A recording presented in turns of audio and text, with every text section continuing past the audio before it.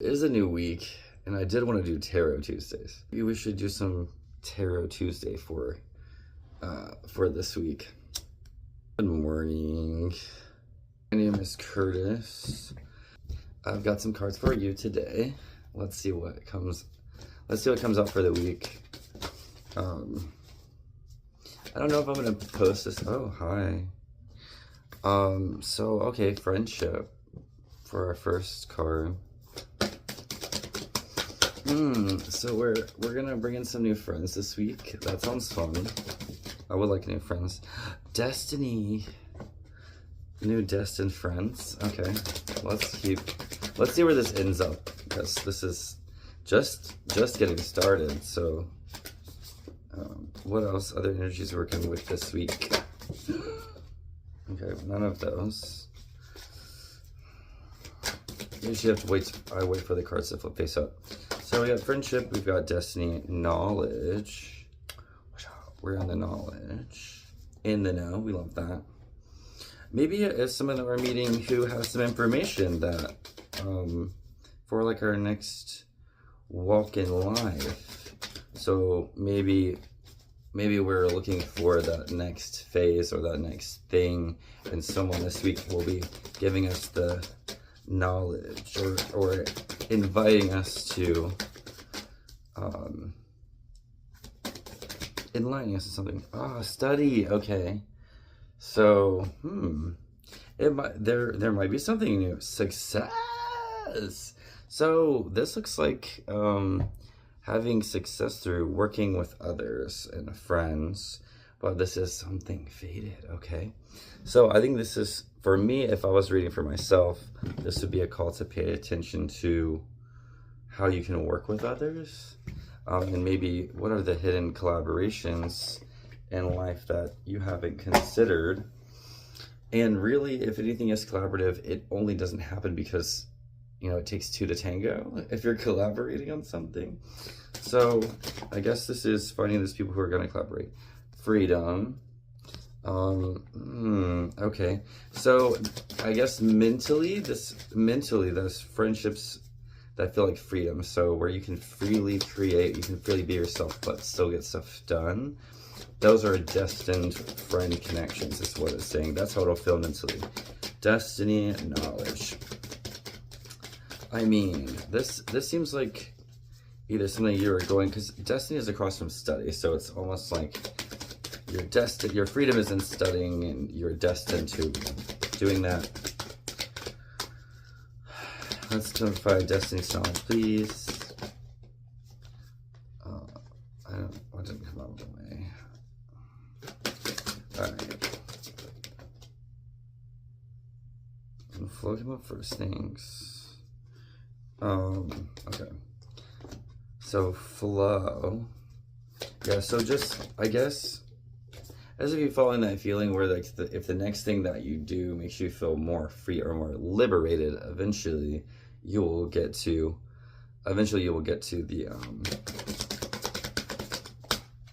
the knowledge that you're seeking. Because if you're seeking more peace, more freedom, you should seek it in every little detail, you know, every small way that you can. And eventually you'll see it in big ways. We've got trust. Okay, so I like the timing on that. Trusting, that kind of flows towards freedom. Knowledge and study. So this might be actually trusting a process, or trusting having freedom and finding a trusted process that already works. So a formula that already works for people. Opportunity. So the opportunity is going to be in some type of something that's handed, or something that's communicated to you. On the bottom we have openness. So just wait around. Don't stress about it. Success is assured, it seems, or so it would seem. And last, I'm gonna pull tarot cards to clarify who.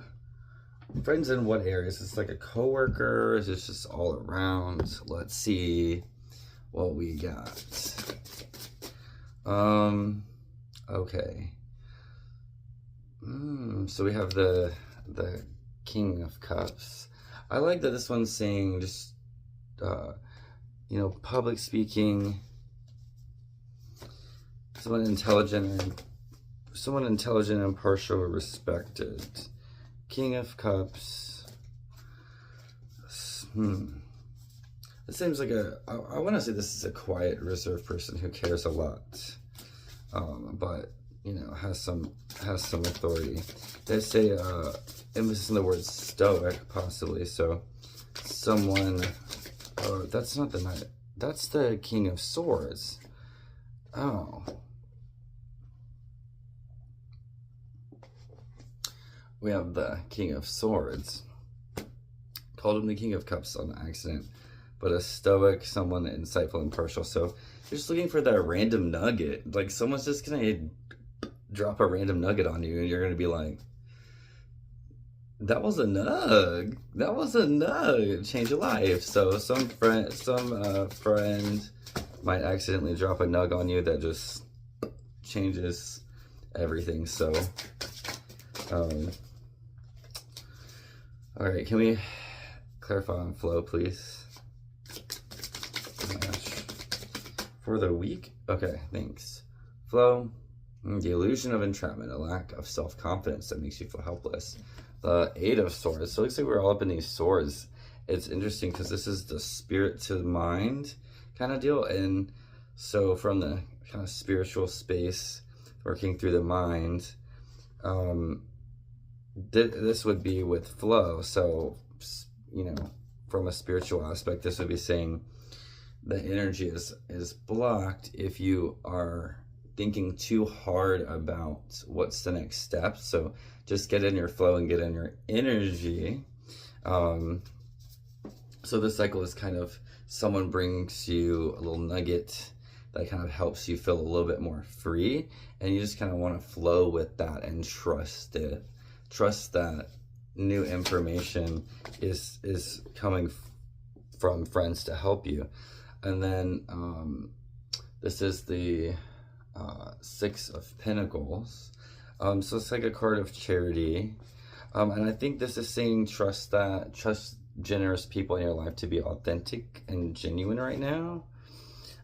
This could also be that being recognized for being a giver or someone who helps other people. So if you have put a lot into something, you might be getting recognition for your efforts.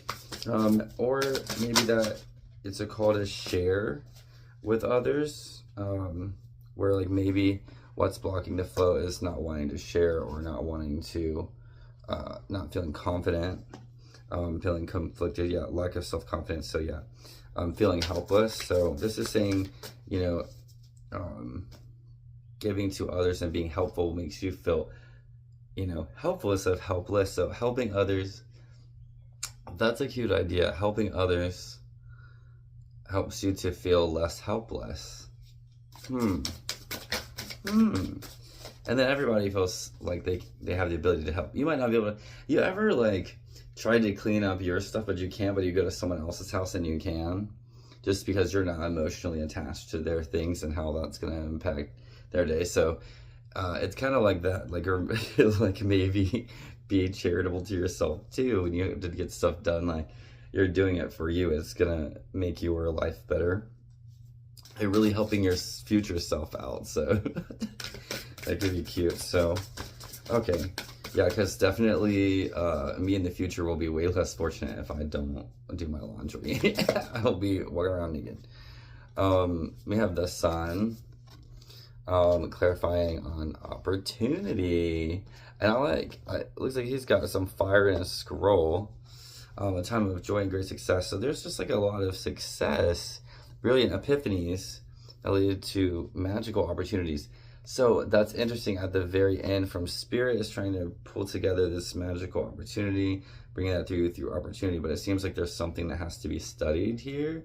Queen of Wands in the bottom. The Queen of Wands is one of my favorite cards. Got her little black cat on her lap. Hidden energy is some success on some brilliant ideas if there is openness to it. And so I'll pull the last card to bring all this craziness together to see if it makes any sense to anybody but me. I kind of know how it applies to my life. Let me know how it might apply to you. And at the bottom, let's see. So last but not least, we'll get our card to bring it all together. Okay, well, you know, that was really fast.